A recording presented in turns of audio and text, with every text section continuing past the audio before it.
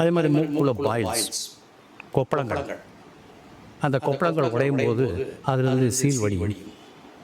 So அதை வந்து ஹோமியோபதியில் குணப்படுத்திடலாம். அந்த கொப்பளங்கள் வந்தால் பயங்கரமான வலி இருக்கும். தென் சிலர் பார்த்திங்கன்னா ப்ளோயிங், எப்போயுமே மூக்கு அடைச்ச ஒன்றும் இருக்காது, நேசல் பலிப்பு இருக்காது, ஒன்றும் இருக்காது. ஆனால் அடிக்கடி அவங்க அந்த மூக்கை வந்து சிந்திக்கிட்டே இருப்பாங்க. காரணம் ஏதோ அடைச்ச மாதிரி ஒரு உணர்வு இருக்கும். அந்த அடைச்சமான உணர்வை நீங்கள் பார்த்தீங்கன்னா அவங்க அடிக்கடி வந்து அந்த மூக்கை வந்து சிந்திக்கிட்டே இருப்பாங்க.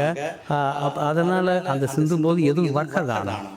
ஆனால் அவங்களுக்கு ஒரு ஸ்டஃபி, ஒரு மூச்சில் ஏதோ மூக்கில் ஏதோ அடைச்ச மாதிரி ஒரு ஃபீலிங் இருக்கும். ஸோ அந்த ஃபீலிங்கை வந்து அந்த ஸ்டஃபி நோஸ் எதுவுமே இல்லை, ஆனால் ஸ்டஃபியாக இருக்கும். இப்போ நேசல் பாலிப்பிற்கு ஸ்டஃபி இருக்கும், ரொம்ப சளி பிடிச்சிருக்கும், ஸ்டஃபி இருக்கும்.